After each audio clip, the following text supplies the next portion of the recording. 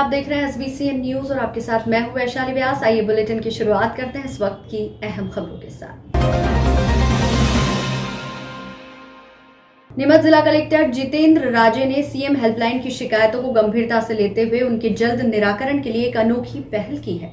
इसके तहत जिस भी विभाग के द्वारा शिकायतों का निराकरण तय समय सीमा में नहीं किया जाएगा तो संबंधित विभाग के मुखिया व जिम्मेदार की तनख्वाह से प्रति शिकायत 100 रुपए के मान से पैसे काटे जाएंगे। ये आदेश कलेक्टर जितेंद्र राजे ने जिले में लंबित पड़ी शिकायतों का जल्द निराकरण के उद्देश्य से की है। साथ ही अधिकारियों की अपने कार्य के प्रति जिम्मेदारी को समझने के उद्देश्य से की गई है। जितेंद्र सिंह राजे ने बताया है कि मुख्यमंत्री जी भी चाहते हैं कि सीएम हेल्पलाइन में आने वाली शिकायतों का जल्द से जल्द निराकरण हो और आमजन की समस्या का तय समय सीमा में हल हो। इसके लिए संबंधित अधिकारियों को आदेशित कर दिया गया है। कलेक्टर द्वारा की गई इस पहल का राजनीतिक दल और आमजन भी सराहना कर रहे हैं। उनका मानना है कि कलेक्टर द्वारा की जा रही इस पहल से जिले में लंबित पड़ी शिकायतों के साथ साथ आने वाली शिकायतों का त्वरित निराकरण होगा और आम जनता को काफी राहत होगी। शिकायतकर्ता भी लंबे समय तक विभागों के चक्कर लगाने से बचेंगे व आवश्यक होने पर अपील भी समय पर कर सकेंगे। अभी लास्ट टाइम हमने भी सीएम हेल्पलाइन का रिव्यू किया था। जैसा कि हम सब जानते हैं कि माननीय मुख्यमंत्री जी के भी निर्देश हैं कि इसमें जो भी आमजन की जो शिकायतें होती हैं उनका त्वरित संज्ञान लेके कंसर्न अधिकारी उस पर एक्शन लें। समीक्षा के दौरान पाया गया कि कुछ अधिकारियों द्वारा वो ऐसी शिकायतों को अटेंड ही नहीं किया गया है। ऐसी गंभीर अनियमितता को देखते हुए हमने एक आदेश निकाला है जिसमें जो भी अधिकारी किसी शिकायत को अगर वो अटेंड नहीं करता है तो उस पर 100 रुपये प्रति शिकायत उन पे जुर्माना लगाया जाएगा और ये उनके व्यक्तिगत स्तर पे जुर्माना लगाया जाएगा। इसलिए अधिकारियों की पर्सनल अकाउंटेबिलिटी बनेगी कि वो उन शिकायतों को अटेंड ज़रूर करें, उसका निराकरण पॉजिटिव भी हो नेगेटिव भी हो बट वो उसको अटेंड करें, जिससे जनता को बार बार सरकारी या शासकीय कार्यालयों के चक्कर न लगाने पड़े और वो जो भी उनकी समस्याएं हैं उनका निराकरण हो सके। अगर वो संतुष्ट नहीं होते हैं तो कम से कम वो अपील कर सकें उच्च स्तर अधिकारी को। तो कितने रुपये काटे जाएंगे सैलरी वगैरह? 100 रुपये प्रति शिकायत के मान से काटा जाएगा। हमारे पास पोर्टल से ऐसी शिकायतों की डिटेल्स भी आती है जिसमें हर डिपार्टमेंट वाइज हमको ये पता चलता है कि कितनी शिकायतें अनअटेंडेड रही हैं। तो ऐसी जितनी भी शिकायत अटेंड नहीं होंगी उस विभाग के जो भी HOD होंगे उनकी सैलरी से उतना पैसा काटा जाएगा 100 रुपये के मान से। स्वाभाविक रूप से जिसका जो काम होता है उसका वो एक काम जो होता है जिसको अधिकारी या कोई भी अन्य आदमी जिसकी टेबल पे वो काम हो उस काम को छोटा समझता है, लेकिन उसके लिए वो काम छोटा हो सकता है, लेकिन जिसका काम है उसके लिए वही काम सबसे बड़ा होता है। इसलिए उसका समय पर निराकरण करना ही चाहिए और कलेक्टर साहब के माध्यम से अगर ये कहा गया है तो ये बहुत ही स्वागत योग्य है। और आपके माध्यम से मैं ये भी कहना चाहूँगा कि अगर कोई काम कहीं भी लेट लतीफ़ होता है और अगर कोई नागरिक परेशान होता है तो हम लोगों में से, चाहे वो जनप्रतिनिधि हो, मैं हूँ, हम लोगों में से किसी के पास आके मिले उसका निश्चित रूप से हम लोग निराकरण करवाएंगे। भाई जिला कलेक्टर साहब ने फरमान जारी किया है कि अगर कोई भी काम उसकी जन सुनवाई में अगर लेट होता है तो उस पर 100 रुपये का दंड उस अधिकारी पे होगा जो उस चीज़ में लेट लतीफ़ी कर रहा है। तो किस तरह का फरमान सही है, एक तरह का नियम सही है आम जनता के हित में? फरमान बिल्कुल सही है। मेरा तो इतना तक कहना है कि 100 रुपये क्या उस संबंधित अधिकारी पर अगर दंड और बढ़ाया जाए तो वो भी स्वागत योग्य होगा। सीएम हेल्पलाइन जो कि बहुत ही गंभीर मुद्दे सीएम हेल्पलाइन के ऊपर शिकायत के तौर पे जाते हैं, जो निराकरण जिला स्तर पे तहसील स्तर पे नहीं होते हैं, वो समस्याएं सीएम हेल्पलाइन के द्वारा हम लोग शिकायत करके पहुंचाते हैं। जिला कलेक्टर ने जो सीएम हेल्पलाइन के अंदर जो कर्मचारी काम करते हैं और जो शिकायतकर्ता होते हैं उनको एक समय अवधि मिलती है जिसमें एक समय अवधि के अंदर उनको समस्या का निराकरण होना चाहिए। उस अवधि में अगर मान लो अगर किसी शिकायतकर्ता की समस्या अगर हल नहीं होती है तो जिला कलेक्टर ने जो नियम निकाला है बहुत ही तारीफ़ काबिल है। ये उन्होंने कर्मचारियों के ऊपर ये नियम निकाला है कि अगर समय अवधि के अंदर शिकायतकर्ता का निराकरण नहीं होता है तो कर्मचारी की तनख्वाह से प्रतिदिन 100 रुपये उनके वेतन में से काटा जाएगा। बहुत ही स्वागत योग्य फैसला है कलेक्टर साहब का। मेरा मानना है कि 100 की बजाय 1000 भी किया जाए तो बहुत अच्छी बात है, क्योंकि शिकायतकर्ता बिना वजह से सीएम हेल्पलाइन में नहीं जाता है और तुरंत से तुरंत उसका निराकरण होना चाहिए। तो क्या लगता है अधिकारी कर्मचारी बिल्कुल लापरवाह हो गए, इस समस्या को भी गंभीर ले रहे हैं सीएम हेल्पलाइन को? बिल्कुल, सीएम हेल्पलाइन बहुत बड़े स्तर की सेवा है और इसमें कर्मचारियों को बहुत गंभीरता दिखाते हुए इस चीज़ को तुरंत शिकायत करता है कि शिकायत को निराकरण के लिए जल्द से जल्द इसका होना चाहिए। कर्नाटक के शिमोगा से जम्मू कश्मीर के अटल टनल तक की यात्रा साइकिल से पूरा करने के लिए कर्नाटक से निकला 18 वर्षीय सिद्धेश्वरा आज नीमच पहुंचा, जहां रोटरी क्लब और एलआईसी द्वारा युवक का सम्मान किया गया। उन्हें प्रशस्ति पत्र भेंट कर पुष्पमाला से स्वागत किया गया। 28 अक्टूबर से लगातार साइकिल चलाते हुए आर सिद्धेश्वरा आज नीमच पहुंचे। रोटरी भवन पर युवा साइकिलिस्ट का दोनों ही संस्थाओं द्वारा गर्मजोशी से स्वागत किया गया। वह उसके इस प्रयास पर उन्हें शुभकामनाएं देते हुए उज्जवल भविष्य की कामना की। इस अवसर पर रोटरी क्लब अध्यक्ष एडवोकेट विजय जोशी, क्लब सचिव राजेश पोरवाल, कोषाध्यक्ष सत्यनारायण जाकेटिया, उपाध्यक्ष सतीश तोतला, पूर्वाध्यक्ष सुशील जाधव, सुरेश अजमेरा, अरविंद गोयल, महेश गुप्ता सहित एलआईसी से अशोक अग्रवाल, पुरुषोत्तम गुप्ता, संदीप नायर, विवेक कवीश्वर, प्रशांत पटेल आदि मौजूद रहे। ये सिद्धेश्वर जी हैं जो कर्नाटक से अटल टनल तक साइकिलिंग द्वारा फिट इंडिया का संदेश ये देना चाह रहे हैं और इनकी ये हॉबी है साइकिलिंग। तो जब हमें पता चला कि ये नीमच से गुजर रहे हैं तो हमारे रोटेरियन साथी वरिष्ठ श्री पुरुषोत्तम जी गुप्ता ने बताया, एलआईसी परिवार से ही आप जुड़े हुए हैं और आप एलआईसी के पुरुषोत्तम जी गुप्ता साहब अधिकारी हैं।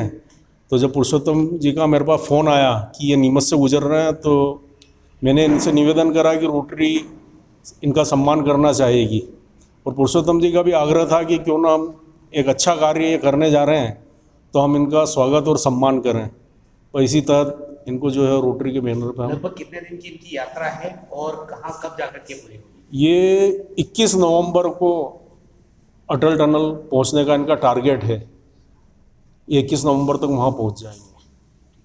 आपका नाम और पद? मेरा नाम विजय जोशी।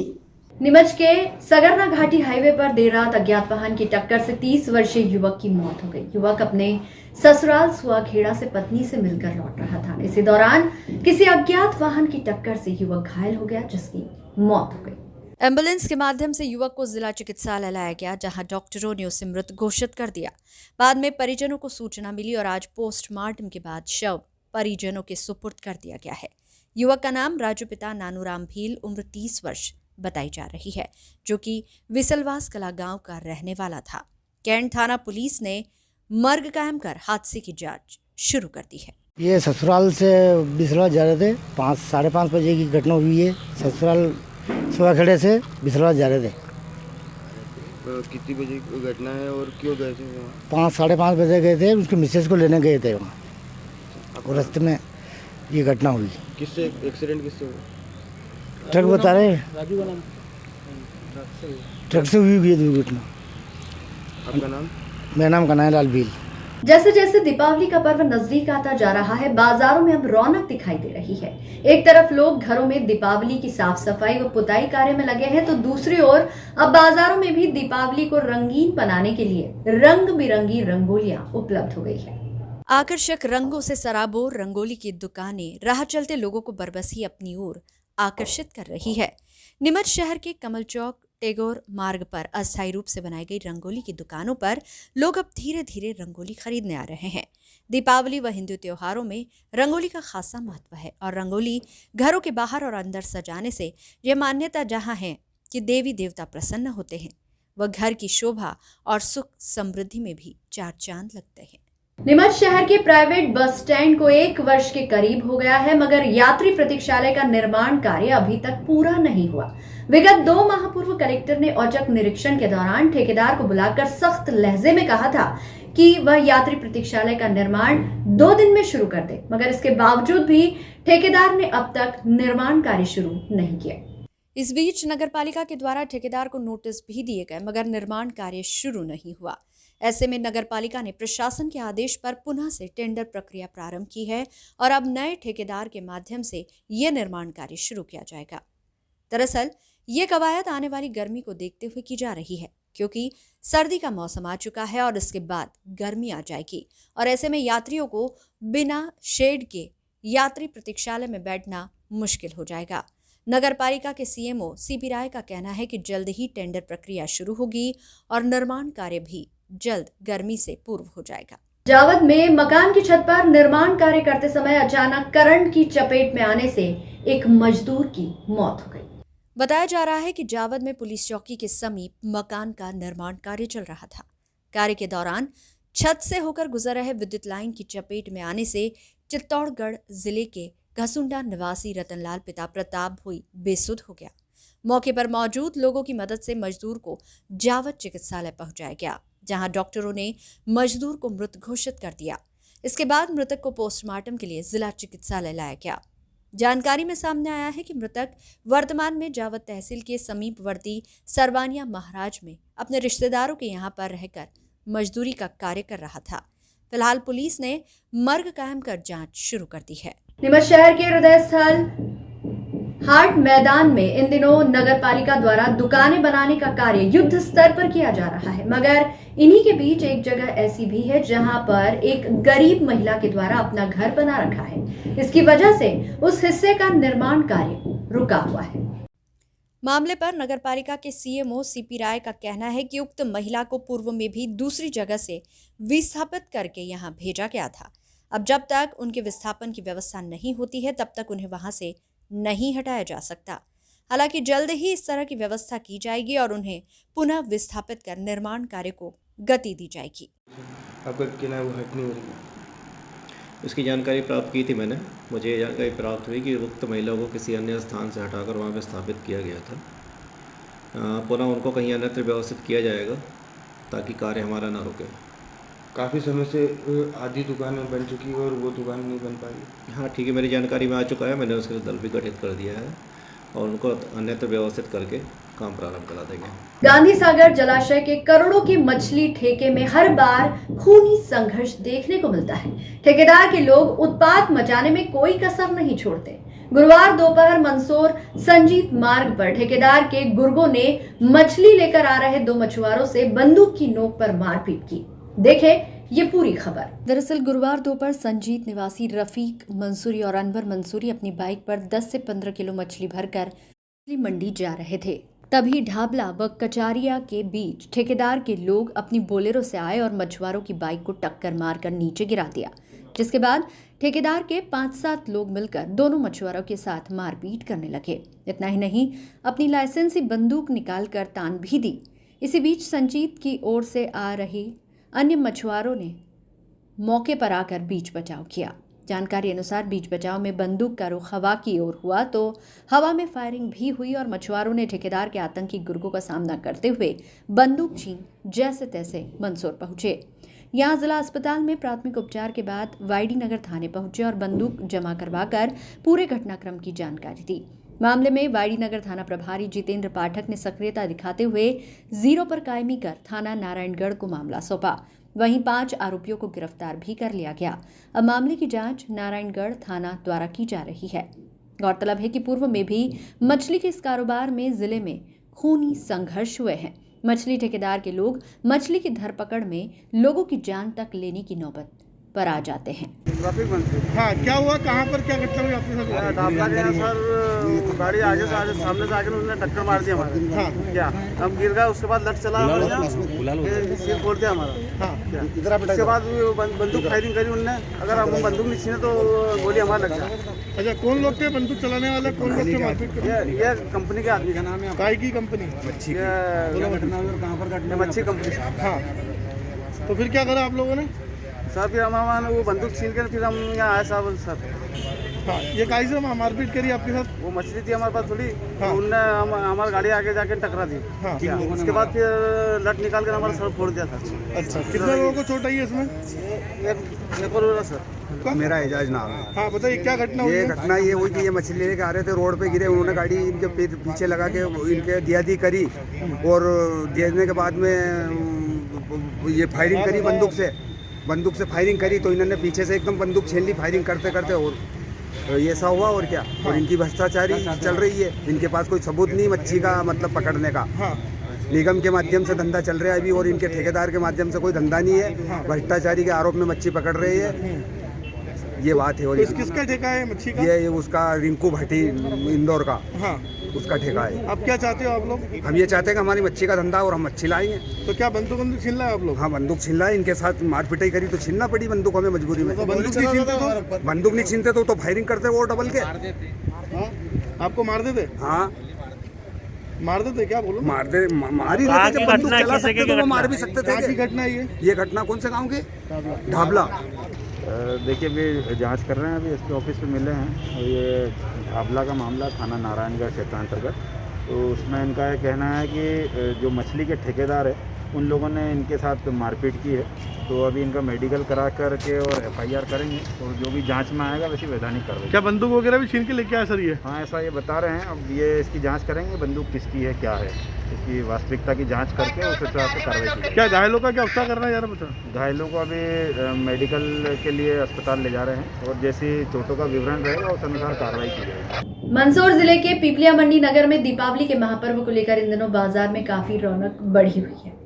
आसपास के ग्रामीण अंचल के क्षेत्रों से हजारों की संख्या में ग्रामीण जन खरीदारी करने के लिए नगर में आ रहे हैं। वहीं दूसरी ओर नगर के मुख्य मार्ग पर लापरवाही पूर्वक सड़क के बीच में लोगों ने अपने वाहन खड़े कर रखे हैं और खरीदारी करने चले जाते हैं, जिसको लेकर यातायात बाधित होता है और बाहर से आने वाले ग्रामीण जन सहित स्थानीय लोगों को भी काफी परेशानियों का सामना करना पड़ता है, जिसके चलते कई बार जाम जैसी स्थिति बन जाती है।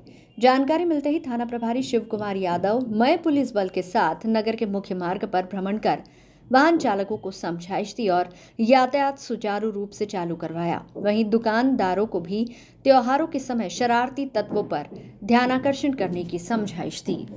अभी त्योहारों का टाइम चल रहा है, बाजार में खरीदार और लोगों की आवक जावक ज़्यादा रहती है। इस कारण से थोड़ा ट्रैफिक व्यवस्था और छोटी मोटी चोरियों को लेकर पुलिस लगातार भ्रमण शहर में कर रही है, ताकि यातायात व्यवस्था सुचारू बनी रहे और चोरी वोरी जैसी घटनाओं पर रोक लगाई जाए। सर, आगामी त्यौहार पर ज़्यादा और मार्केट का एक ज़्यादा रौनक बढ़ने वाली, ज़्यादा भीड़ आयोग रहेगी, तो पुलिस प्रशासन की किस तरह से व्यवस्था रहेगी? क्या चोर उचकों के लिए नगर में किस तरह भ्रमण करेगी, क्या रहेगी?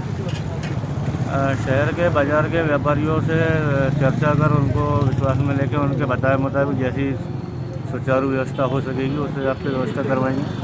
सुरक्षा को लेकर जहाँ जहाँ आवश्यक पॉइंट होंगे वहाँ पर पॉइंट लगाए जाएंगे। बैंक एवं जो बड़ी दुकानें हैं उनको कैमरे वगैरह लगाने के लिए उनको पत्र लिखा जाएगा एवं चर्चा भी की जाएगी। सर, कहीं देखने में जाना है कि बड़े त्योहारों पे चोरी की एक आम घटना हो जाती है, तो इनको लेकर आप व्यापारी को किस तरह से समझा, इसका मैसेज देना चाहेंगे कि सतर्कता बरते? क्या है, कोई भी संदिग्ध नजर आए पुलिस को सूचना करे? व्यापारियों के लिए यही हमारा आग्रह रहेगा उनसे कि दुकानों पे कैमरे जो लगाएं अपने, तो अमूमन उनके जो एंगल है वो रोड की तरफ रखें, बाज़ार की तरफ रखें। कोई संदिग्ध व्यक्ति घूमता है या अनावश्यक बिना किसी काम के घूमता फिरता दिखाई देता है, तो उस संबंध में पुलिस को तत्काल सूचना दें और पुलिस पर कार्रवाई करेगी। मध्य प्रदेश उपचुनाव के परिणाम 10 नवंबर को आने वाले हैं। 3 नवंबर को हुए मतदान के बाद EVM मशीनों को पूरी सुरक्षा के साथ स्ट्रांग रूम में रखा गया है।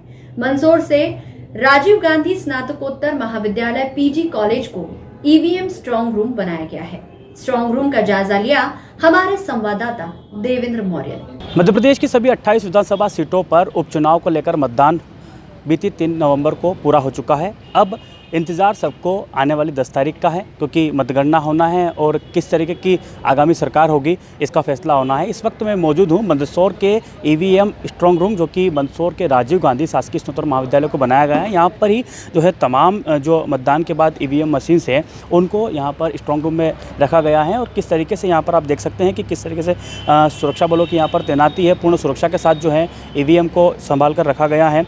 अमूमन जब भी मंदसौर में इलेक्शन होते हैं तो EVM को यहीं सुव्यवस्थित तरीके से रखा जाता है। इस बार भी EVM यहीं पर रखी हुई है और 10 तारीख को यहीं पर मतों की गणना होने वाली है और साफ हो जाएगा कि सुवासरा में आखिरकार जीत किसकी होगी, क्योंकि मंदसौर की सुवासरा विधानसभा सीट पर उपचुनाव हुआ है। 3 तारीख को मतदान था और अब सभी को कहीं ना कहीं 10 तारीख का इंतजार है, क्योंकि 10 नवंबर को मतगणना होगी। जैसा कि निर्वाचन की जानकारी के मुताबिक सुबह 7 बजे से जो है मतगणना काउंटिंग शुरू हो जाएगी और यह माना जा सकता है कि 10 नवंबर को रविवार मतलब 10 नवंबर दोपहर तक स्थिति भी क्लियर हो जाए कि आखिरकार सुवासरा का किसके सर ताज होगा और किस तरीके की स्थिति बनेगी, ईवीएम में किस तरीके की व्यवस्था है, यहाँ पर बात करने की कोशिश करेंगे। चलिए, फ़िलहाल यहाँ पर प्रभारी यहाँ पर मौजूद नहीं है शायद बातचीत करने के लिए, लेकिन जैसा कि आप तस्वीरों में साफ तौर पर देख पा रहे हैं कि ईवीएम स्ट्रांग रूम परिसर को काफ़ी सुरक्षा के बीच में रखा है। तमाम पुलिस बल, चाहे एसएफ हो, सीआरपीएफ के जवान यहाँ पर तैनात हैं और पूर्ण रूप से यहाँ पर सुरक्षा की जा रही है। अब 10 नवंबर को ये सुरक्षा व्यवस्था थोड़ी हटेगी और ईवीएम की गणना की जाएगी, जिसके बाद यह स्पष्ट हो जाएगा कि सुवासरा में जीत किसकी होगी और मध्य प्रदेश में आखिरकार अब स्थायी सरकार कौन सी होने वाली है। कैमरामैन नीरज सेन के साथ देवेंद्र मौर्य, SBCN टाइम्स, मंदसौर। इस बुलेटिन में फिलहाल इतना ही। लगातार न्यूज अपडेट्स के लिए देखते रहिए SBCN न्यूज। नमस्कार।